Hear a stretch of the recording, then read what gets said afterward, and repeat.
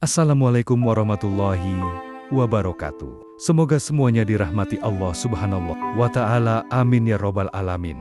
Semoga bermanfaat untuk semuanya. Menarik orang untuk belajar dan mengetahuinya. Banyak orang yang menyangka dan mengira bahwa Adam hidup selalu dalam kenikmatan di dalam surga.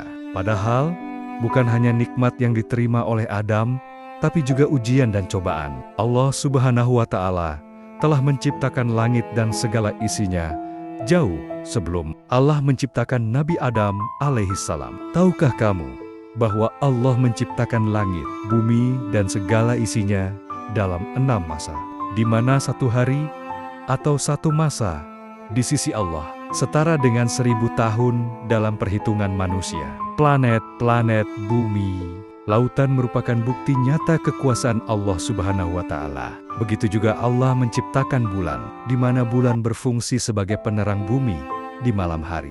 Matahari sebagai sumber panas bagi semua ciptaan Allah yang ada di tata surya. Semua ciptaan Allah ini menunjukkan bahwa Allah Maha Kuasa atas segala-galanya. Apabila Allah berkehendak sesuatu, maka Allah cukup mengatakan kun, jadilah. Maka fayakun, jadilah apa yang Dia kehendaki.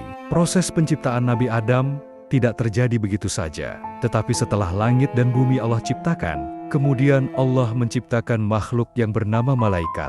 Malaikat Allah ciptakan dari nur cahaya. Allah ciptakan malaikat sebagai makhluk yang selalu tunduk, patuh, dan senantiasa berbakti kepada Allah Subhanahu wa Ta'ala. Malaikat termasuk makhluk yang tidak pernah durhaka kepadanya. Mereka tidak diberi nafsu, tidak makan, tidak minum, tidak menikah.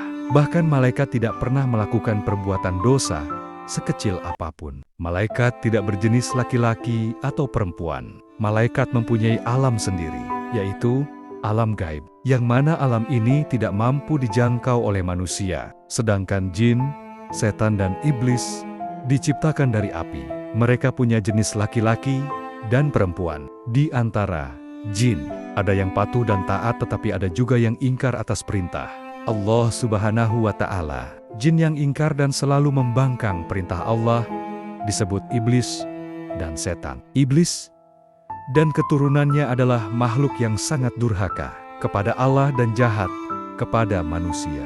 Bagi mereka, tidak ada kebaikan sama sekali. Pekerjaan iblis dan setan menggoda manusia agar manusia tersesat dan jatuh dalam dosa. Permintaan iblis untuk hidup hingga akhir hari kiamat Allah dikabulkan. Sebab dahulu kala, iblis adalah makhluk yang pernah patuh kepada Allah. Jadi, perbandingan umur bagi iblis, sehingga hari kiamat adalah sebagai balasan kebaikannya di masa lalu, sebelum menciptakan Nabi Adam. Setelah Nabi Adam diciptakan oleh Allah, iblis menjadi makhluk pembangkang. Maka dia dikutuk oleh Allah dan diusir dari surga. Setelah langit, bumi, malaikat, jin, dan iblis diciptakan oleh Allah, maka Allah berkehendak menciptakan makhluk yang akan diperintahkan untuk mengelola bumi ini. Kemudian hal ini oleh Allah diberitahukan kepada para malaikat. Para malaikat mengira mereka lalai dalam menjalankan tugasnya. Mereka bertanya, mengapa Tuhan menciptakan manusia? Bukankah mereka hanya akan berbuat kerusakan di atas bumi ini? Mereka akan saling bermusuhan dan saling membunuh. Sedangkan para malaikat senantiasa patuh dan mengagungkan namanya. Allah berfirman, sesungguhnya aku lebih mengetahui apa yang tidak kamu ketahui. Para malaikat terdiam mendengar penegasan Allah ini. Bukankah Allah Maha mengetahui atas segala sesuatu? Demikianlah, Allah kemudian menciptakan Adam dari tanah liat. Setelah terbentuk tubuh manusia, kemudian dimasukkan ruh ke dalam tubuhnya dan menjadi hidup. Adam bisa berdiri, berjalan, dan bernafas seperti kita sekarang ini. Adam mempunyai tinggi 60 hasta. Lantas, 60 hasta berapa meter? Jika rata-rata 1,5 hasta meter, maka 60 haste igual a 30 meter. Ini jauh lebih tinggi dari 15 orang zaman sekarang yang rata-rata tingginya tidak sampai 2 meter. Karena mereka adalah bagian dari manusia pertama di muka bumi ini. Mereka adalah nenek moyang dan leluhur manusia. Dalam suatu riwayat, Nabi Adam dan Hawa memiliki 40 orang anak. 4 anak ini lahir dari 20 kehamilan. Setiap Hawa melahirkan, lahir anak kembar laki-laki dan perempuan. Ada juga riwayat yang menyebutkan bahwa Nabi Adam punya 25 anak. Dari 25 anak ini, 24 anak lahir kembar, sedangkan yang satu tidak kembar, yaitu Nabi Syits AS. Dalam riwayat yang lebih kuat, ada 5 anak yang lahir, yaitu Habil, Kobil, Iklima, Syits dan Labuda. Umur Nabi Adam. Berapa umur Nabi Adam? Banyak orang yang kepo dan penasaran. Berapa ya umur Nabi Adam? Sebagai seorang manusia, tentu Nabi Adam punya batasan umur. Walaupun Adam tercipta di surga, tapi akhirnya Adam turun ke dunia yang fana ini. Maka mau nggak mau, Adam punya batas umur dan usia. Suatu ketika, Allah perlihatkan umur anak cucunya yang hidup di kemudian hari. Saat itu, Adam melihat seseorang yang bercahaya terang benderang, tapi sayang sekali, umurnya hanya 40 tahun. Dia adalah Daud AS. Adam merasa kasihan melihat Daud alaihissalam yang soleh dan berumur pendek. Lantas Adam memohon kepada Allah agar umurnya diberikan 60 tahun. Kepada Duat As, genaplah umur Daud 100 tahun. Kisah ini ada pada sebuah riwayat Abu Hurairah radhiyallahu anhu bahwa umur Adam adalah 930 tahun atau genap 1000 tahun. Memang umur para nabi terdahulu panjang-panjang. Misalnya saja, Nabi Idris berusia 865 tahun, Nabi Nuh berumur 850 tahun.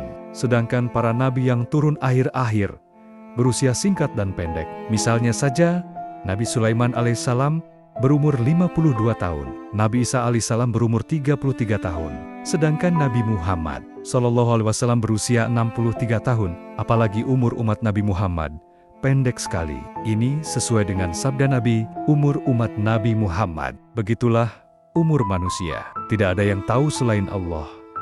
Umur adalah rahasia Allah.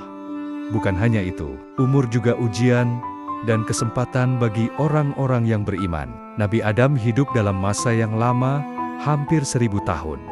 Lantas di manakah letak makam Nabi Adam? Dalam kitab Qasyasul Anbiya, sebagaimana yang menyebutkan bahwa makam Nabi Adam ada di antara Hebron dan Yerusalem. Allah perintahkan malaikat sujud kepada Nabi Adam. Allah memerintahkan kepada malaikat untuk bersujud dan menghormati kepada Adam. Para malaikat pun segera bersujud sesuai perintah Allah dalam rangka hormat dan sebagai ucapan selamat atas terciptanya Adam. Dan iblis pun tidak mau bersujud kepada Adam.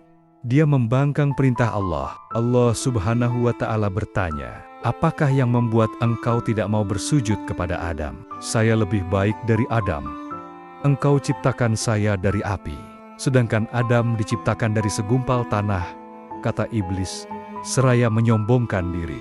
Iblis mempunyai pendapat bahwa api jauh lebih baik daripada tanah. Padahal, hanya Allah yang Maha Tahu siapa yang lebih mulia di antara makhluk ciptaannya. Allah sangat murka mendengar jawaban iblis. "Aku usir engkau dari surgaku. Sungguh tidak patut kau tinggal di sini lagi. Terkutuklah engkau selama-lamanya. Wahai Tuhan, engkau kutuk dan kau usir aku dari surga karena Adam.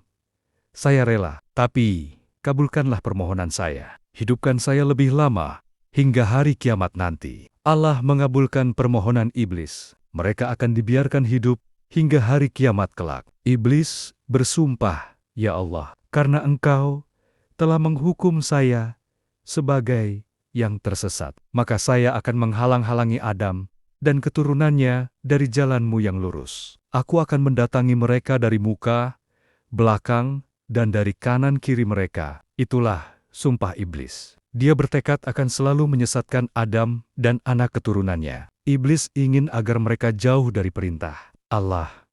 Selalu berbuat kekacauan di muka bumi, saling bermusuhan, dan saling membunuh satu sama lain. Allah berfirman, "Untuk melawan segala tipu daya dan akal busukmu, aku beri manusia senjata yang ampuh berupa akal. Dengan akal itu, aku bimbing mereka dengan petunjuk-petunjuk agama. Aku beri mereka petunjuk ke jalan yang benar. Dengan akal itu, manusia akan mampu membedakan mana yang benar dan mana yang salah.